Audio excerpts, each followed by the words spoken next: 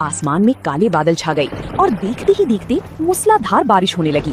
सुरेश का चूल्हा बुझ गया और जो थोड़ा बहुत चिकन बचा था वो बारिश के पानी में भीग गया। सुरेश के पास छत नहीं थी, इसलिए उसे अपना सारा सामान समेटकर घर के अंदर भागना पड़ा। बारिश रुकते ही उसने एक पुराना छाता अपनी साइकिल पर फिट किया और एक बड़ा डिब्बा पीछे बांधा। उसने गांव के मुख्य स्थानों पर छोटे छोटे कागज के पर्चे चिपकवा दिए कि अब सुरेश का तवा चिकन एक आवाज पर आपके द्वार पहुंचेगा।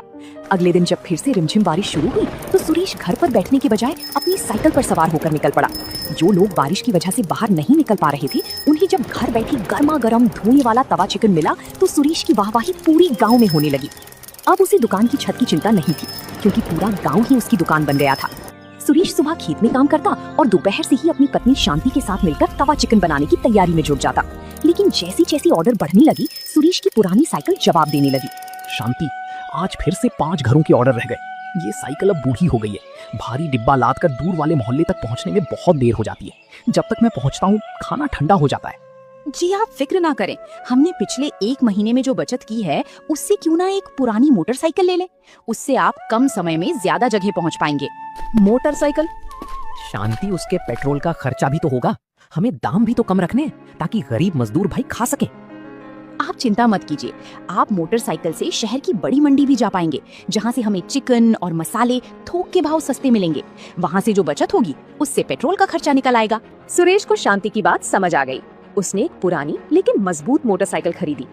अब सुरेश का काम और भी तेज हो गया। वो अब न सिर्फ कमलपुर बल्कि आसपास के 2 और गांवों में भी खाना पहुंचाने लगा। उसकी खासियत ये थी कि वो हर पैकेट के साथ शांति की बनाई हुई पुदीने की चटनी और लच्छे वाले प्याज मुफ्त देता था, जिससे उसका स्वाद और भी निराला हो जाता था। सुरेश की कामयाबी देखकर कुछ लोग हैरान थे कि एक मामूली किसान इतनी जल्दी कैसे तरक्की कर रहा है।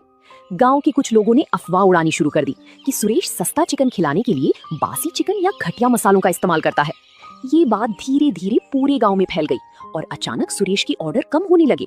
शांति, आज मंडी से मैं 10 किलो चिकन लाया था, लेकिन सिर्फ 2 ही ऑर्डर आए। लोग मुझे देखकर कतरा रहे हैं। सुना है गांव में चर्चा है कि हमारा खाना सेहत के लिए ठीक नहीं है। जी, अगर लोगों को शक है कि हम खाने में मिलावट करते हैं तो हम छुपकर काम नहीं करेंगे। कल से आप घर के अंदर नहीं बल्कि सड़क किनारे उसी नीम के पेड़ के नीचे सबके सामने खाना बनाएंगे। लोगों को अपनी आंखों से देखने दीजिए कि हम कौन सा मसाला पीस रहे हैं और कैसा चिकन इस्तेमाल कर रहे हैं।